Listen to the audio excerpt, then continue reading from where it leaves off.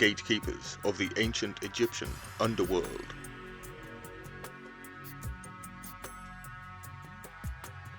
The deities were charged with guarding the gates of the Egyptian underworld.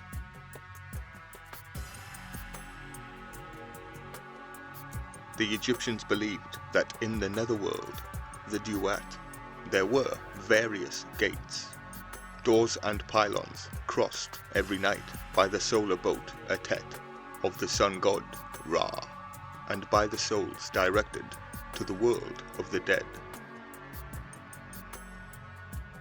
Ancient funerary texts provide many different descriptions of the afterlife gates. Sometimes more than 1,000 guardian deities are listed. According to a more general view, every gate was guarded by a minor god, who allowed access only to the souls capable of pronouncing the secret name of God himself, as a sort of password, or a form of trickery, depending on perspective. The walls of many Pharaonic tombs in the Valley of the Kings are decorated with the texts of the Book of Gates, which describes the 12 gates or pylons of the underworld, in spite of being imagined as architectural barriers to all intents and purposes. The gates were individually named as goddesses.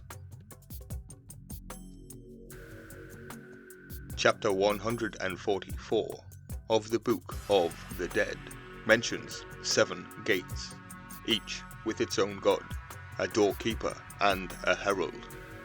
For example, the 7th gate is guarded by the god, sharpest of them all, by the doorkeeper, strident of voice, and by the herald, rejecter of rebels.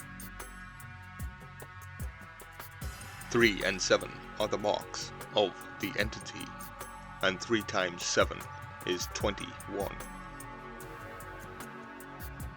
Other funerary texts mention 21 secret portals of the mansion of Osiris in the field of reeds, with their own names and epithets, and protected by zoanthropomorphic deities. I wonder why they use the term zoo. The deities are often depicted crouched on the ground and holding large, threatening knives.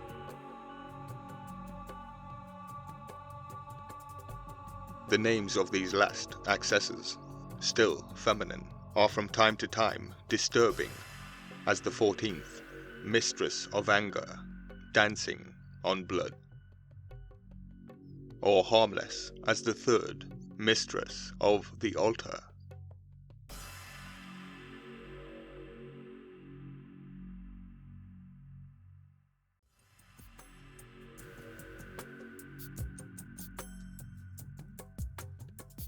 The guardian gods too were given names that inspired terror, and above all evoked their fearful powers.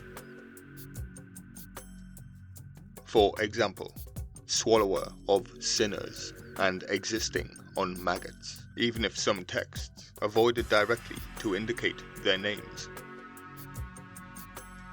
Adding these largely unnamed gate deities of the underworld to the group of Egyptian divinities known to scholars, but made impossible to inventory.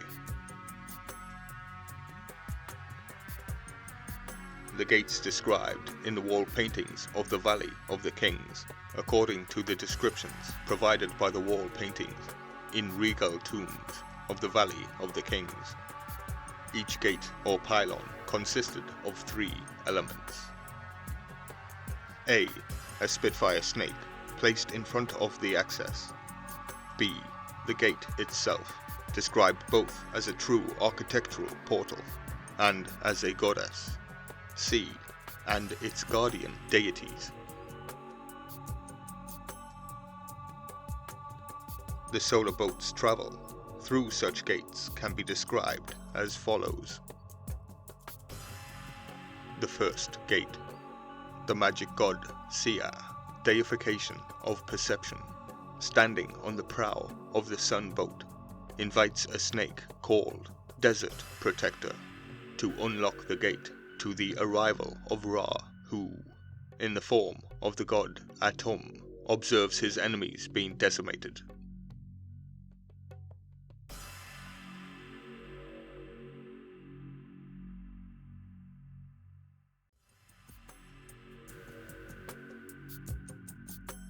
The second gate.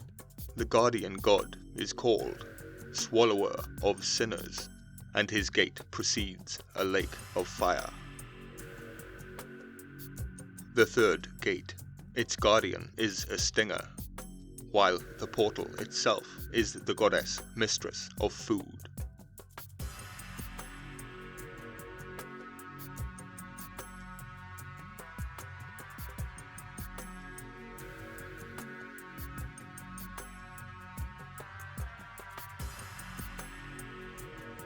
Some jackals watch over the lake of fire, interdicted to the dead, because it is a place where Ra draws his breath.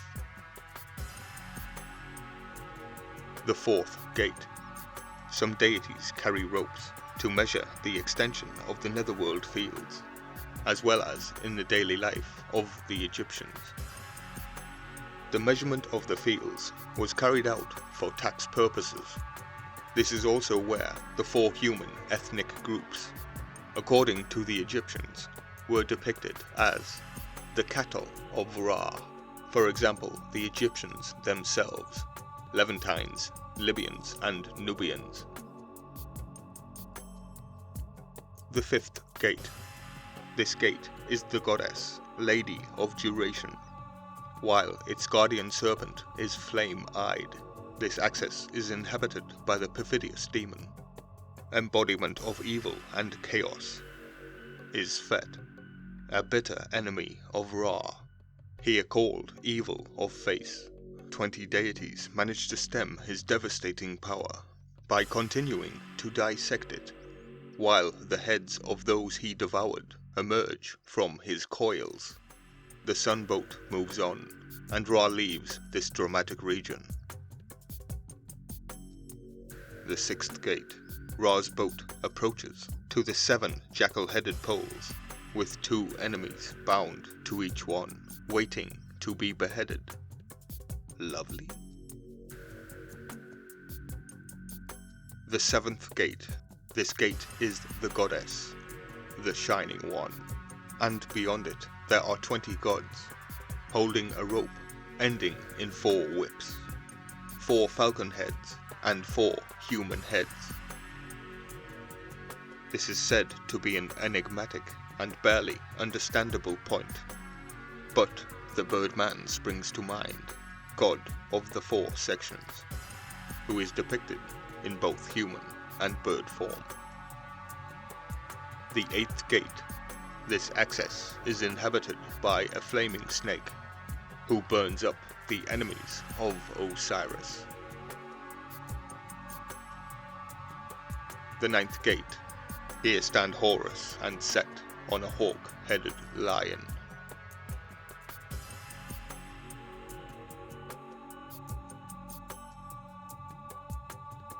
The 10th gate. The demon, Apep, appears again, but chained, in order not to harm Ra in his transit. The 11th gate. This gate is called Mysterious of Approaches, and is overseen by the cat-headed god. The 12th gate. Here stand the goddesses, Isis and Nephthys, in the form of snakes. The journey through the gates of the afterlife is finished, and the sun rises on the world in the form of a sacred scarab, Khapri, deification of the morning sun.